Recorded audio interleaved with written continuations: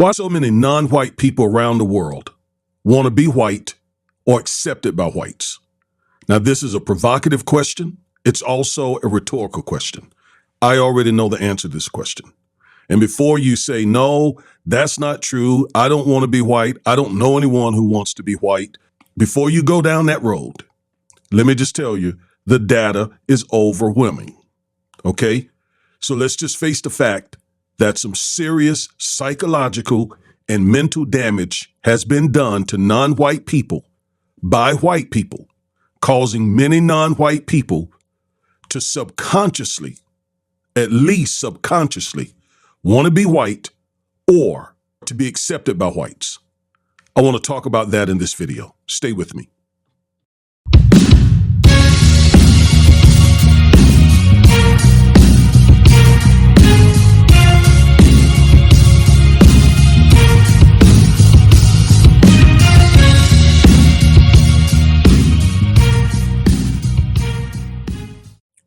Hello, I am attorney Augustus Corbett, one half of the Defiant Lawyers. And each and every week, we bring you at least one legal analysis of some story trending regarding politics, policies, personalities, or pop culture to empower you with the information you need to define an unjust legal system. If that interests you, please go ahead and hit the subscribe button.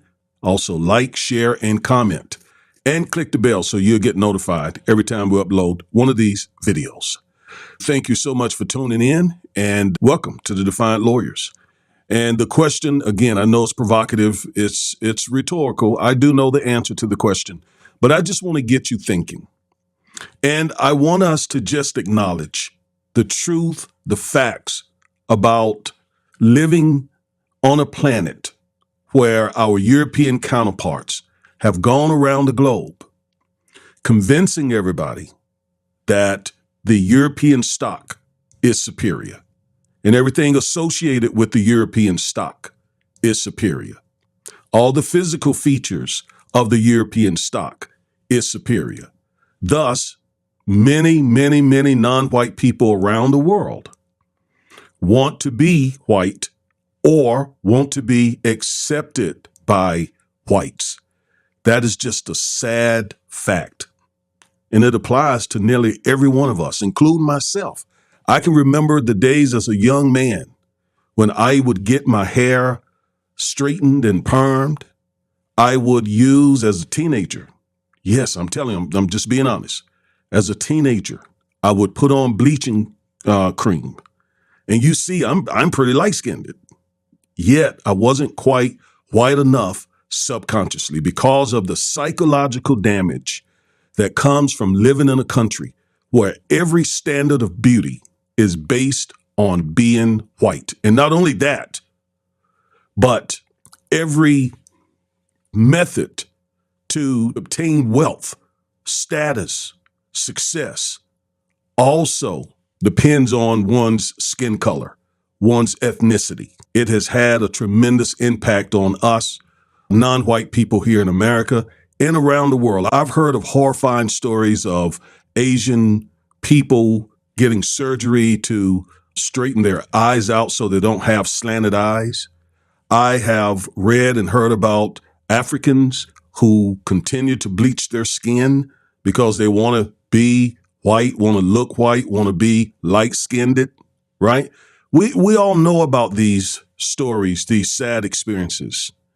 But there is a high cost for non-white people who want to be white or accepted by white. What is that cost? We recently saw Senator Tim Scott, just really embarrass himself and debase himself. It's a shame. Uh-oh. I just love you. No, that's... Trying to appease Donald Trump. But Tim Scott is not the only one. He is one of a long list of people who have been willing to pay the cost to be white, basically. So that's what I'm going to look at for the next few minutes. And we're going to look at it pretty methodically. It shouldn't take me too long, but it'll be worth the wait. It'll be worth you going through all of this video with me from start to finish. All right, so let's go ahead and get into this. The name of this video is The Cost of whiteness. Why do many non-whites want to be white or accepted by whites? Again, the title is The Cost of Whiteness. Why do many non-whites want to be white or accepted by white? Now, let's make an observation from the very beginning, one that was made by the late James Baldwin. He said, and I quote, "No one was white before he/she came to America." So being white is a human construct. It's something that Europeans created to justify their exploitation of many non-white people. James Baldwin is saying here, no one was white before he/she came to America, because in a country like America, where so many things are based on race and skin color, white is a big deal here. It's a really big deal. Now, I want to quote Isabel Wickerson from her book, Caste, The Origins of Our Discontents. Now, you need to get a copy of this book. This is a really, really, really good book. All right. So go get a copy, support the sister. She is an award-winning journalist who has a mean pen. She can really write very well, and this is a really great book. Go out and get it. She says, quote, "Oppressed people from Europe passed through Ellis Island, shed their old selves, often their old names, to gain admittance to the powerful, dominant majority. Somewhere in the journey, Europeans became something they had never been or needed to be before. They went from being Czech or Hungarian or Polish to white, a political designation that only has meaning when set against something not white. They would join a new creation, an umbrella category for anyone who entered the New World from Europe." All right, let's quote her again, same book. Ms. Wickerson says, "To gain acceptance, each fresh infusion of immigrants had to enter into a silent, unspoken pact of separating and distancing themselves from the established lowest caste. Becoming white meant defining themselves as furthest from its opposite, black. They could establish their new status by observing how the lowest caste was regarded and imitating or one-upping the disdain and contempt, learning the epithets, joining in on violence against them to prove themselves worthy of admittance to the dominant caste." So she's telling us what oppressed groups from the continent of Europe did to become white once they arrived here in America. And basically, they had to be evil toward blacks. That was the acceptance card that the Europeans had to do once they got here. All right. Now, I'm going to show you for blacks who immigrated here. I'm not talking about African Americans, because unlike what Ben Carson said, we are not immigrants. We were brought here forcefully and enslaved for 246 years. But black immigrants, like from Africa, from Haiti, and so forth, and even African Americans, what we have to do, those who are willing to pay that price to be white or accepted by white, is much greater than what these other people have to do. All right, I'll talk about that momentarily.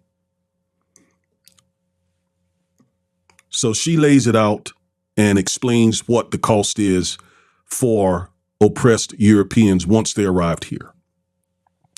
Now, let's quote something from Malcolm X. Malcolm X, in a speech, he talked about the house Negro versus the field Negro. He says, you have two types of Negro, the old type and the new type. Most of you know the old type. When you read about him in history during slavery, he was called Uncle Tom. He was the house Negro. And during slavery, you had two Negroes. You had the house Negro and the field Negro. The house Negro usually lived close to his master.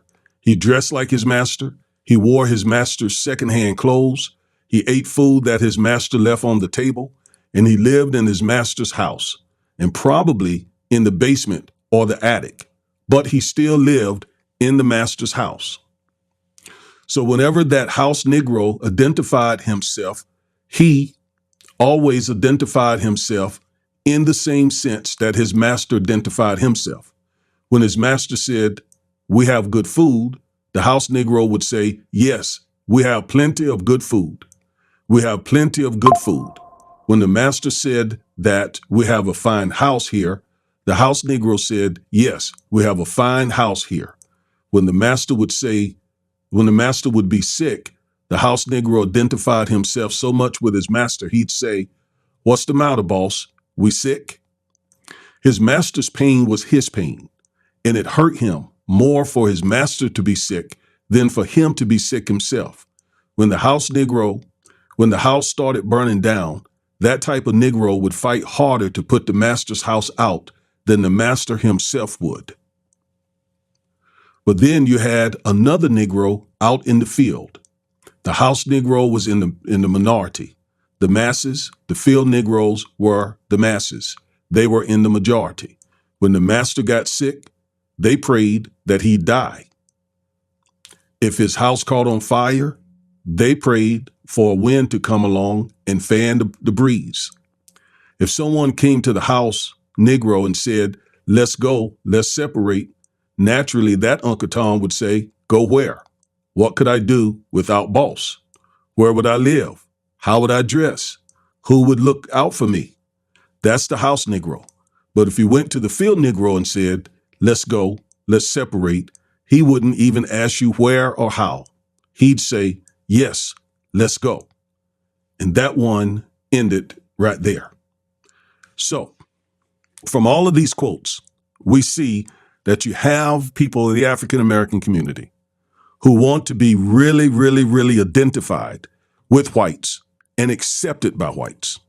If they could, they would become whites. But at least they want to be identified with whites and they want to be accepted by whites. That's, again, throughout the world, not just African Americans, but throughout the world, sadly and unfortunately. Now, I want to go back to my slides here, and I created a diagram just to kind of show you this in a pictorial form. So if you look in the middle of this diagram, you'll see a white family, and you will see a bunch of dollar signs around that white family. Those dollar signs are symbolic of white privilege, white power, the ability to create wealth, all the great advantages, benefits, and privileges of being white. Now, you got circles around that center circle of other types of people.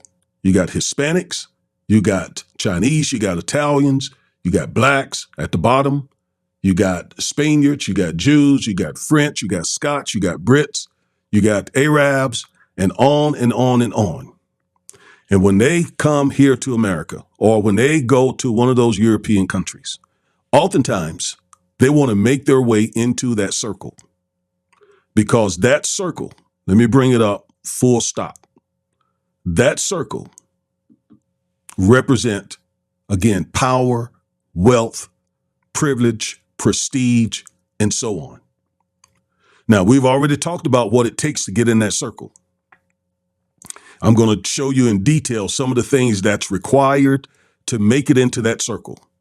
That circle represents whiteness. So they all want to get into that circle. Now, let's go back. Everyone except blacks can get into that circle.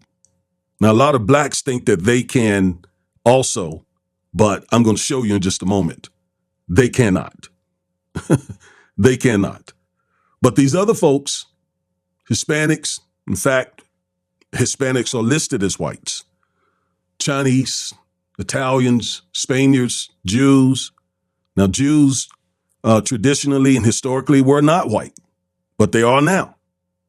All right. French, Scots, Brits, of course, they're all from the European continent, so they have a really easy time getting in. The Spaniards, however, and the Italians, a little darker hue, they have to pay a little bit more. You know, when they hit Ellis Island, they had to pay a little bit more. It cost them a little bit more to become white. The Europeans that are from the sort of northern part of the continent, again, France and the Brits and so on, they didn't have to pay quite as much. But there is a cost. There's a cost to get into that white club. And once there, though, it again is very, very, very lucrative. So once they got into that center circle, that's where the good things begin. That's where the prosperity began. That's where the wealth began. That's where the privileges begin. That's when you get the good jobs. That's when you get the supervisory positions. That's when you get the better health care. That's when you get the better education, the better schools, the admittance to the better universities. If you can make your way into that center circle. So what is the cost? What is the cost of getting into that center circle? Let's look at that. This is a non-exhaustive list. But if you're black, you got to be willing to repudiate blackness. You got to be willing to completely say and say it loud. I'm not black. Or I'm not African. I'm not African American. You cannot get into that circle. And blacks, by the way, can't get into it anyway. But some think they can. But they got to be willing to repudiate blackness. Got to be willing to say and to act and to behave like they repudiate black. So there's first for black folks a repudiation of blackness. And that's generally true for non-white people. We see that with people like Nikki Haley, right? She has had to repudiate her Indian heritage, right? She changed her name from Nimarata to Nikki, right? She married a white man. Now she has, what you could say are white children. I mean, all of that has helped Nikki Haley get into that center circle and experience some of the benefits and privileges of doing so. And like we said, when they come over here, when the Europeans come here, and when non-white folks come here, they have to be willing to also repudiate blackness. They have to be willing to do that.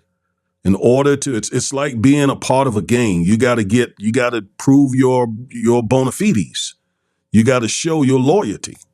And that loyalty requires that you be anti-black. That's what to get your card stamped. The more anti-black you are, the quicker, the sooner, the deeper you can get into that circle. And we saw that also with Vivek Ramaswamy, right? Very, very anti-black. He was trying to be more anti-black than Donald Trump because he wanted to get his card stamped so he can get into that center circle. And he's already done it, right? Vivek Ramaswamy is a very wealthy dude. I understand he's a billionaire, close to being a billionaire, and we have seen him in operation. He has done it a lot by being anti-black because that's the requirement. That shows that you will go all the way to get your white card, to get it stamped. All right, what else? What are some other costs? Repudiation of self. If you're a non-white person, you got to be willing to repudiate yourself. And let me just go ahead and show a repudiation of your culture. Because you got to fully embrace white culture. You got to fully embrace European culture. I went to an HBCU, for example. Just think about this now. I went to an HBCU. This is back in the early 80s. Some of you weren't even born. I went to an HBCU, North Carolina A&T State University. And one of the classes that was required of us back then was European civilization. European civilization. That's what we had to take at an HBCU. Why am I taking European civilization? I am not European. I am an African American. I'm not interested in Europe. I could care less about the Brits and the French, the Portuguese, the Germans. I don't, who cares? I don't. But I had to take that course to graduate. Now, it wasn't required at an HBCU, historically black college or university. It was not required to take African American history or to take African history. I had to learn their history. And that was a part of the process of me repudiating my blackness, myself, and my culture. And many blacks are very willing to do that because they want to try to get that white card. Although I'm going to show you, blacks don't get that white card. I'm going to show you what blacks can get, but it is not that white card, no matter how hard they try.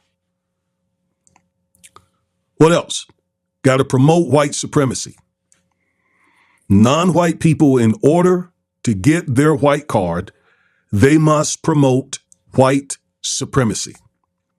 They got to talk about it. They got to defend it.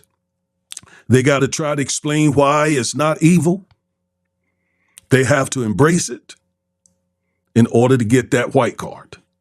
And they don't mind doing it. We saw Vivek Ramaswamy say that he had never seen such a boogeyman as white supremacy. Now, here's a guy who was born in America, who has lived in America, yet he's telling people to try to get that white acceptance, more of it, that white supremacy to him is like a boogeyman, the elusive boogeyman that he has never been able to find. When you deny in a racist country like America, a country, a slaveholding country, a Jim Crow country, a systemic racist country, when you deny white supremacy in a country like this, you are definitely kowtowing to get your white card or to be accepted by whites. Nikki Haley, when she says the Civil War was not fought over slavery, and she followed it up. Wow. Oh, man. Woo. She followed it up by saying America had never been racist. Woo. Wow. All her effort as a non-white woman to become white or to be accepted by white. And of course, Tim Scott infamously said that America is not a racist country. Those are all the things that people are willing to do to get that white status, to get that white acceptance. Those are the things non-white folks have to do. So what are they again? Repudiate blackness or whatever their ethnicity is, repudiate themselves, repudiate their culture, their name, all of that, their language, promote white supremacy. Oftentimes marry or date whites. Now we really see that with African American men and with African men. Man, they really seem, a lot of black men really seem to want a white spouse or white girlfriend. Because I guess it's another step toward, getting that white acceptance, getting that white card stamped. So, man, we see it everywhere, especially when a lot of African American men obtain wealth and status and celebrity, like a professional athlete. Many of them, not all of them, and not even the majority still marry within their race. And by the way, I don't care who anyone marries, except for when they are marrying consciously to become a white accepted non-white person, then I have a problem with it because it's coming from a bad place. But if two people meet and marry and love one another and date one another and whatever, and it's just love and it's not because some guy is trying to, get into the white world or be accepted by the white world, then fine. But if it's coming from that place of trying to get that card stamped, then obviously that is very unhealthy, very psychologically and mentally unhealthy, right? But those are the things that you often see of non-white people doing to become white or accepted by whites, repudiating themselves, especially blackness, repudiating their ethnicity, their culture, promoting white supremacy, and oftentimes marrying into the white race. And another, I guess they figure another thing, but that is the next generation in their family will be that step closer to being fully accepted into the white race. In other words, their children. Their children. All right? Now, the rewards. What are the rewards? I've already alluded to the rewards, but let's look at them. The rewards of white inclusion, white acceptance. Well, first, there's white privilege. You get some privileges. What else? Personal financial rewards. Because now that you're in the door, all of the practices and patterns and systems and institutions that have favored whites for generations, for centuries, you're now the benefactor of those systems and privileges. Once you get accepted, that's why that center circle had, let me pull it up, that picture, that center circle. See those dollar signs? That's white privilege. That those signs represent the personal financial rewards for a non-white person becoming white. All right? By them repudiating black people, repudiating themselves, repudiating their culture, promoting white supremacy. Here's some of the rewards of doing so. So I just wanted you to see that. So what are some other personal benefits? White privilege, personal financial rewards. What else? Family financial rewards. So not only does that person, but also that person's family, children, grandchildren, siblings, all now can benefit from that family member becoming white or accepted by whites. Lucrative opportunities. Yeah, tremendous business deals. Opportunities that one would ordinarily not get except from becoming this non-white white person. I mean, it's paying off that you're repudiating black folks. I mean, Vivek Ramaswamy got his biggest applause when he would say anti-black things. Ron DeSantis, he spent preparing his entire campaign by doing all kinds of anti-black stuff.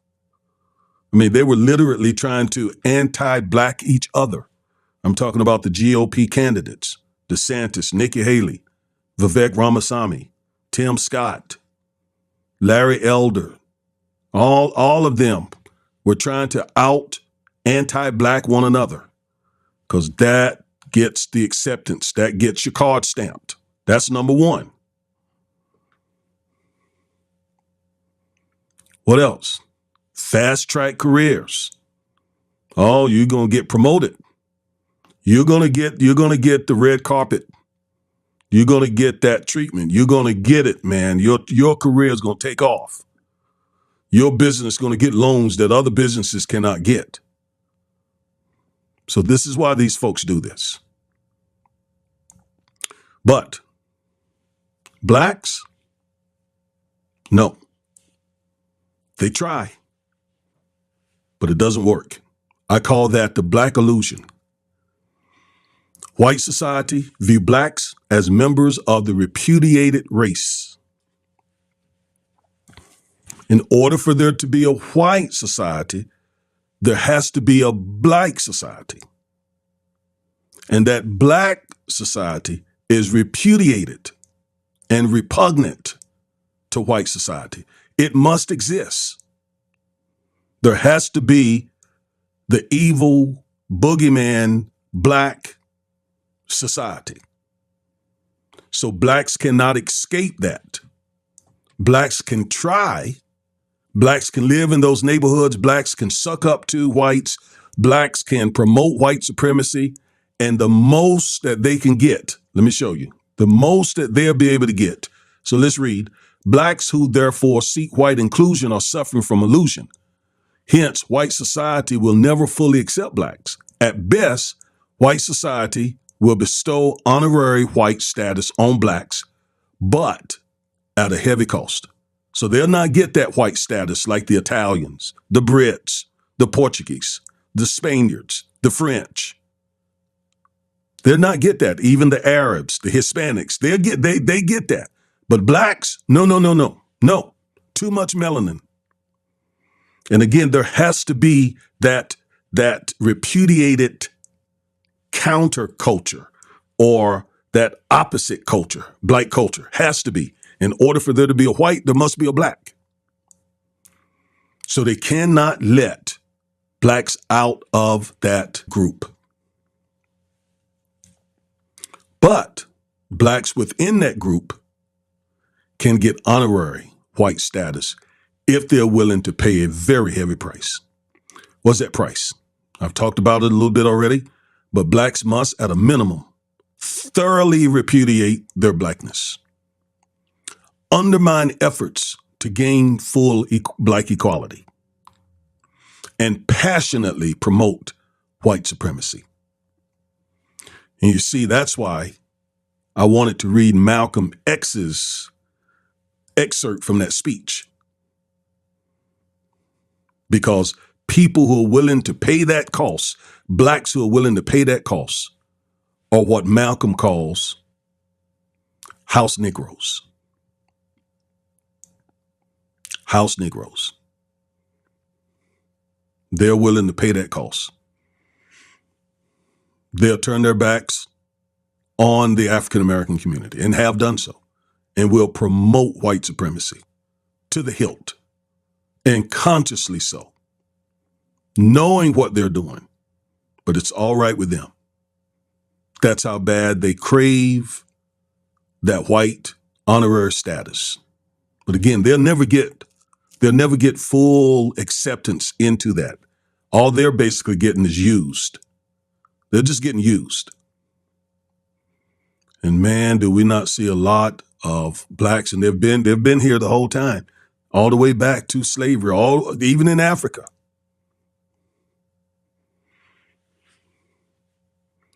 So why do many non-whites want to be white or accepted by whites?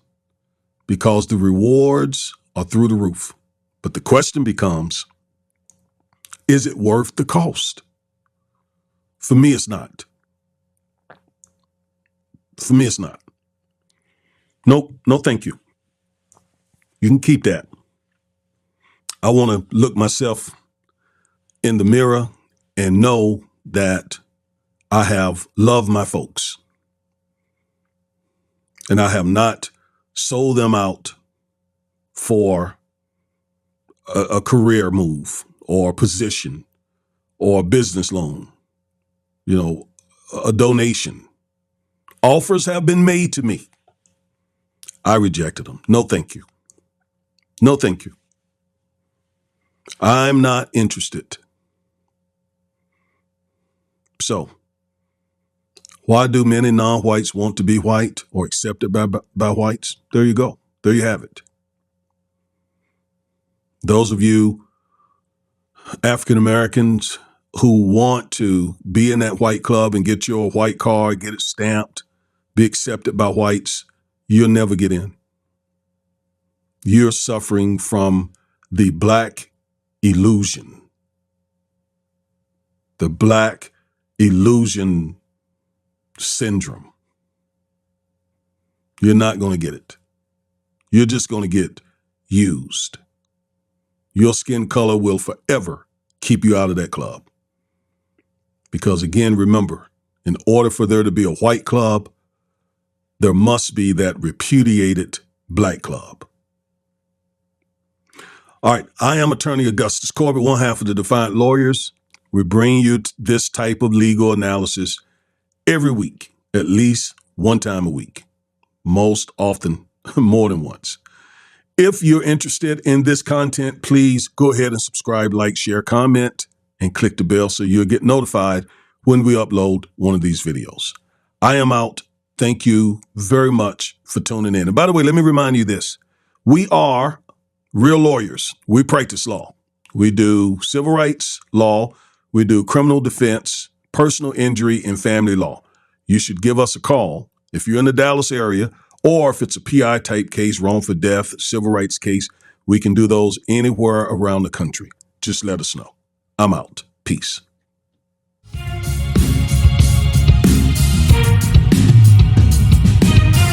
That Corbett and Corbett legal team, fighting for the rights of the people. That father-daughter team, investing in the youth when the system ain't treating them equal. Providing truth for our people, we able to reach them. So anytime you get accused for a crime and Lord knows you ain't do it, we here to get you through it. Exemplifying prudence and glorifying God, making sure you're compensated for other people's doings. Our vision is to be one of the best. We're small enough to focus on your matter throughout the neighborhoods of Dallas. Working constantly and making sure your rights are protected. A firm team of lawyers, aggressive, effective. A team that has your back in the courtroom. Two well-spoken black lawyers in the courtroom. Investing time and resources when it's evident that you were treated wrong. Now you walking out of Dallas courtroom with a settlement. Corbett and Corbett, the father-daughter legal tag team that has your back in the courtroom. Our purpose is simple: to obtain the favorable outcome for each client and glorify Christ in all we do. Our vision is to be one of the best and most